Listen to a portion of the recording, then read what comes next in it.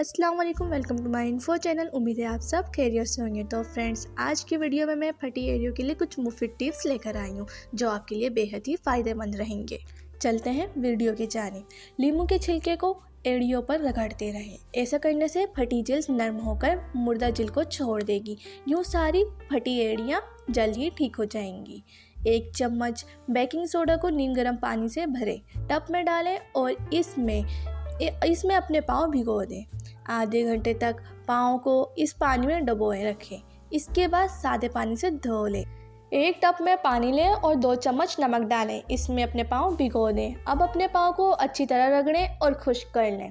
एड़ियों पर नारियल के तेल की मालिश करें और मोज़े पहन लें। सेब के सिरके को आधे कप पानी में मिक्स करके रुई या कॉटन पैड में डिबोकर एड़ियों पर लगाएं और कुछ देर रहने दें। ये अमल रोज़ाना दिन में 1 मरतबा करें और कुछ ही दिन में एड़ी की मुर्दा जिल्द उतरकर नई और नरम मुलायम जिल्द आ जाएगी। वीडियो अच्छी लगी तो लाइक करें और साथ ही अपने प्यारों के साथ ज़रूर शेयर करें। मिलते हैं नेक्स्ट वीडियो में, जब तक के लिए अल्लाह हाफिज़।